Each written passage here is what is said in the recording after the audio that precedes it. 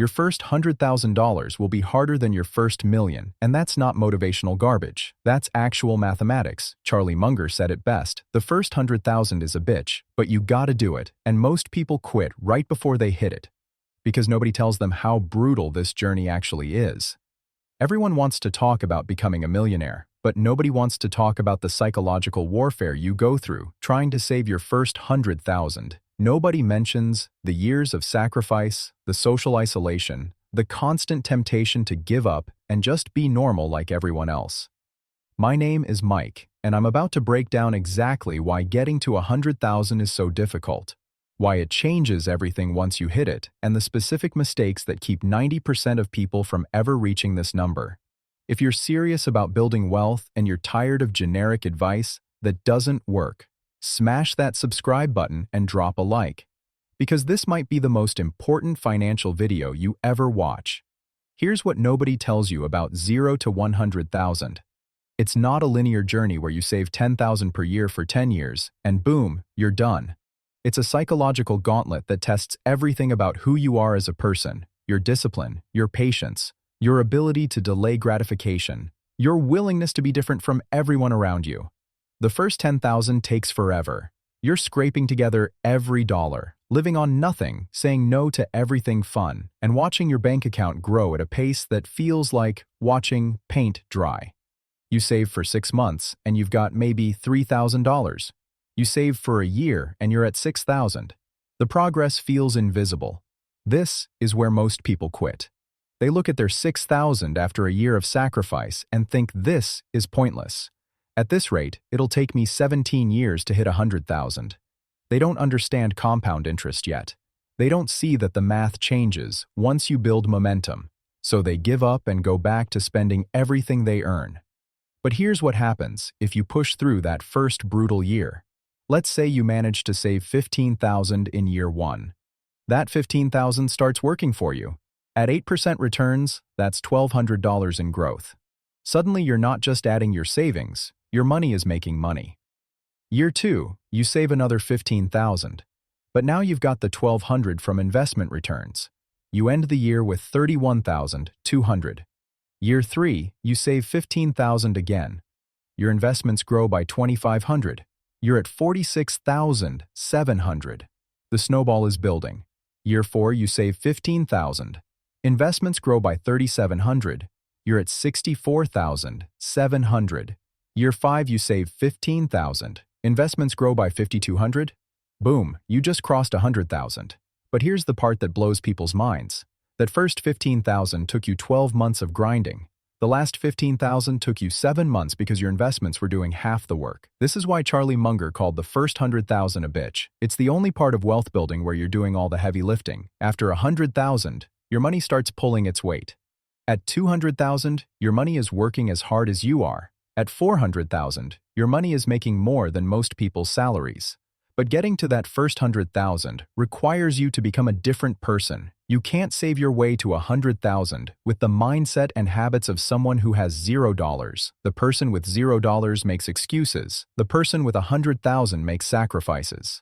Let me show you what this actually looks like in real life. Meet Alex, 26 years old, making $55,000 per year. That's about $42,000 after taxes, or $3,500 per month.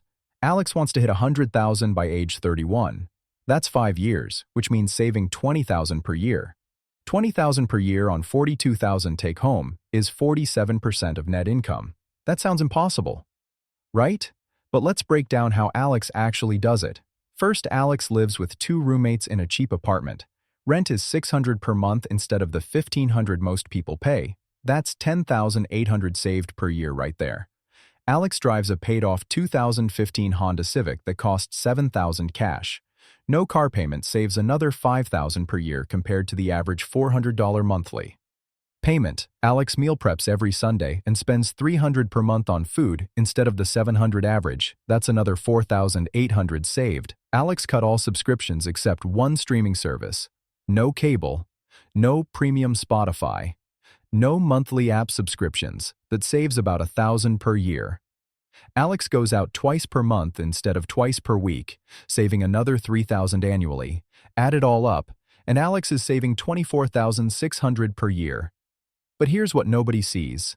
Alex's friends think Alex is cheap. Alex gets left out of group chats about expensive dinners and weekend trips. Alex sits at home on Friday nights while everyone else is at bars, spending $150. Alex wears the same clothes for years while co-workers show up in new outfits every week. Alex is lonely sometimes. Alex questions whether this is worth it. Alex sees other 26-year-olds financing new cars and living in luxury apartments and wonders if everyone else knows something Alex doesn't. But Alex keeps going because Alex understands something most people never figure out. These 5 years of sacrifice set up the next 30 years of freedom. While everyone else is still making car payments at age 35, Alex will have enough invested that the money makes more than the car payment cost. While everyone else is stressed about retirement at 50, Alex might retire. 5 years feels like forever when you're living it, but it's nothing in the context of your entire life. The question is, can you be different from everyone around you for 5 years? Can you be the weirdo who drives the old car and lives with roommates? Can you say no 1,000 times while watching everyone else say yes? Most people can't. That's why most people never hit 100,000. They make it to 20,000 or 30,000, and then they reward themselves. They buy a newer car because they've been so disciplined. They move to a nicer apartment because they deserve it. They go on an expensive vacation because they've earned it. And just like that, the momentum dies. They spent 3 years building up to 30,000, and then lifestyle inflation eats it all. They're back to saving small amounts. The compound interest never gets a chance to work. They stay stuck in the slow lane forever. The people who make it to 100,000 understand that there are no rewards until you hit the goal. You don't celebrate at 20,000. You don't treat yourself at 50,000. You keep your foot on the gas until you cross 100,000, and then everything changes. Here's what happens when you hit 100,000 that nobody talks about. First, the math changes completely. At 8% returns, 100,000 generates $8,000 per year without you doing anything. That's $667 per month that just appears in your account. Second, the psychology changes. When you have 100,000, you stop thinking like someone who's trying to build wealth and start thinking like someone who has wealth. You make different decisions. You see opportunities you couldn't see before. You have options that didn't exist when you had zero. Third, the momentum becomes unstoppable. Going from 100,000 to 200,000 takes way less time than 0 to 100,000. Your second 100,000 might take 3 years instead of 5. Your third 100,000 might take 2 years. The snowball is rolling downhill now. But most people never experience this because they quit in year 2 or 3. They don't understand that wealth building is non-linear. They expect steady progress, and when they don't see it, they assume the system is broken. The system isn't broken. Their expectations are wrong. Let me show you the actual numbers that nobody wants to believe.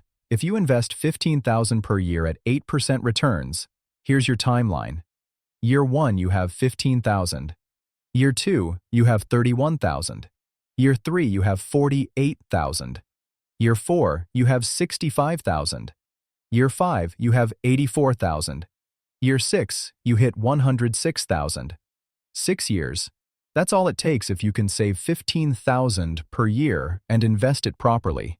6 years of living below your means, 6 years of being different, 6 years of sacrifice, and you've built a foundation that 90% of people will never have. But here's the catch.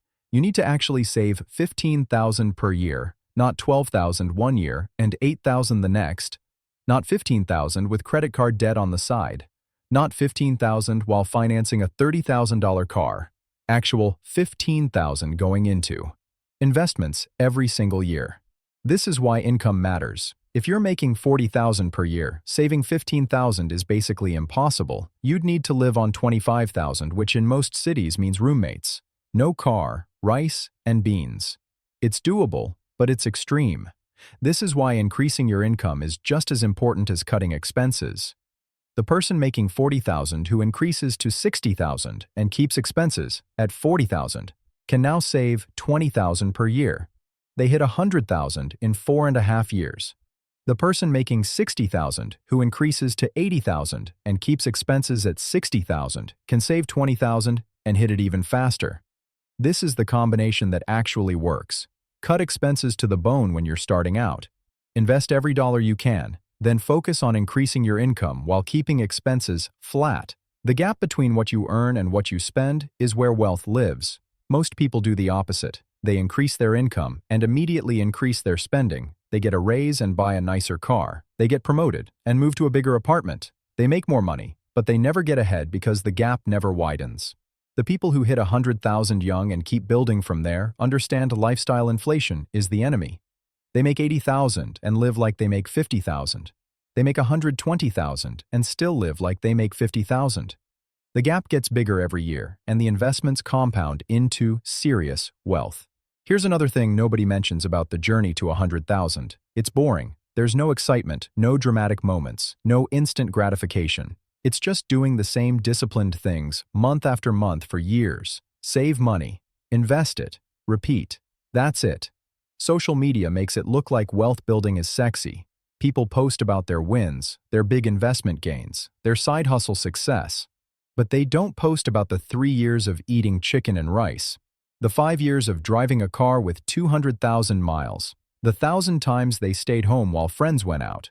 The boring middle is where everyone quits. The beginning is exciting because you're starting something new. The end is exciting because you're seeing results, but the middle is just grinding with no immediate payoff.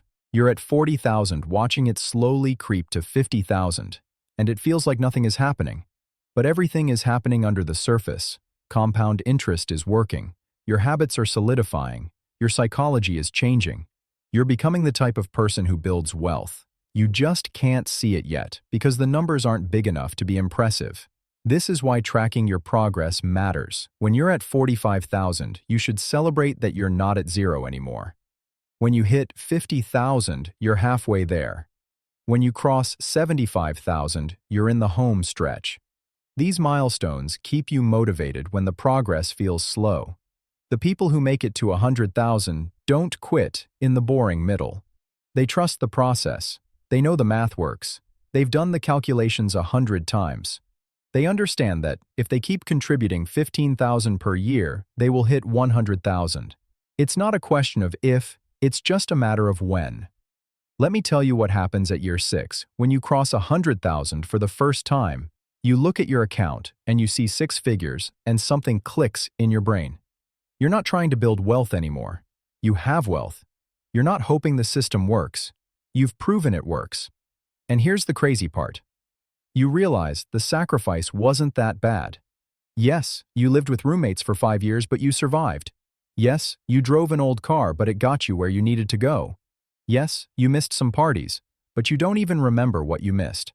What you do remember is the day you hit 100,000. You remember the feeling of knowing you're going to be okay financially. You remember realizing that you're 5 to 7 years ahead of everyone you went to high school with. You remember understanding that the next 100,000 will be easier. The first 100,000 changes everything. It changes how you see money, how you make decisions, how you think about your future. It gives you confidence that most people never develop because they never do anything difficult enough to earn real confidence.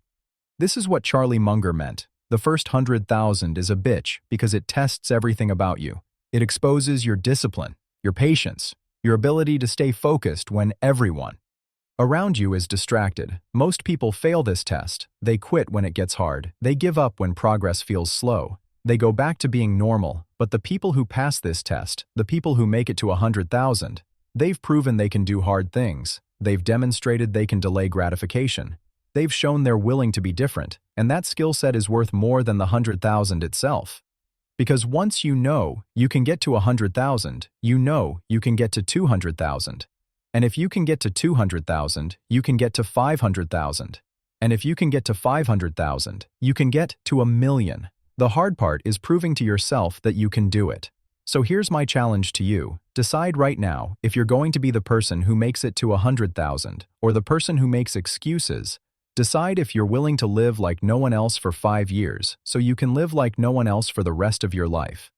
Calculate how much you need to save per year to hit 100,000 in your timeline. If you're 25 and you want it by 30, that's 20,000 per year. If you're 30 and you want it by 37, that's 14,000 per year. Do the math and commit to the number. Then cut everything that doesn't get you closer to that goal. The car payment, the expensive apartment, the subscriptions, the dinners out, the shopping. cut it all and redirect that money to investments. Become obsessed with widening the gap between what you earn and what you spend. Your friends won't understand. Your family might think you're crazy. People will call you cheap. Let them, in 5 years when you have 100,000 and they're still living paycheck to paycheck, you'll know you made the right choice. The first 100,000 is a bitch, but you gotta do it. There's no shortcut. There's no hack. There's just discipline and time. The question is, are you willing to pay the price that most people aren't? Drop a comment and tell me where you are on the journey to 100,000 and if this video fired you up to actually do this. Subscribe to Mike Capital because we're building wealth while everyone else is making excuses.